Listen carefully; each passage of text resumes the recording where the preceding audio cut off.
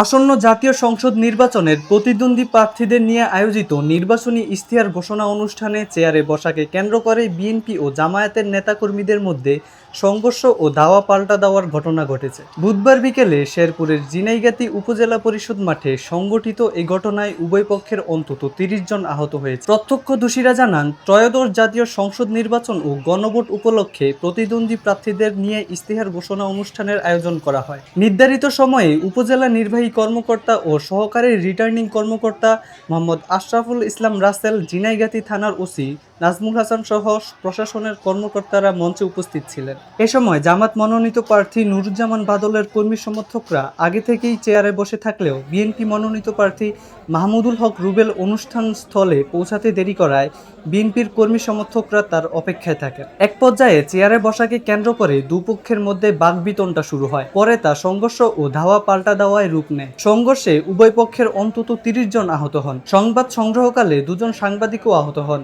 এবং তাদের ব্যবহৃত একটি মোটরসাইকেল ভাঙচুর করা হয়। ঘটনার খবর পেয়ে পুলিশ ও সেনাবাহিনীর সদস্যরা দ্রুত ঘটনাস্থলে পৌঁছে পরিস্থিতি নিয়ন্ত্রণে আনেন। তবে শেষ খবর পাওয়া পর্যন্ত এলাকায় উত্তেজনা এখনও বিরাজ করছে। ইমরান হোসাইন, বাংলা পোস্ট।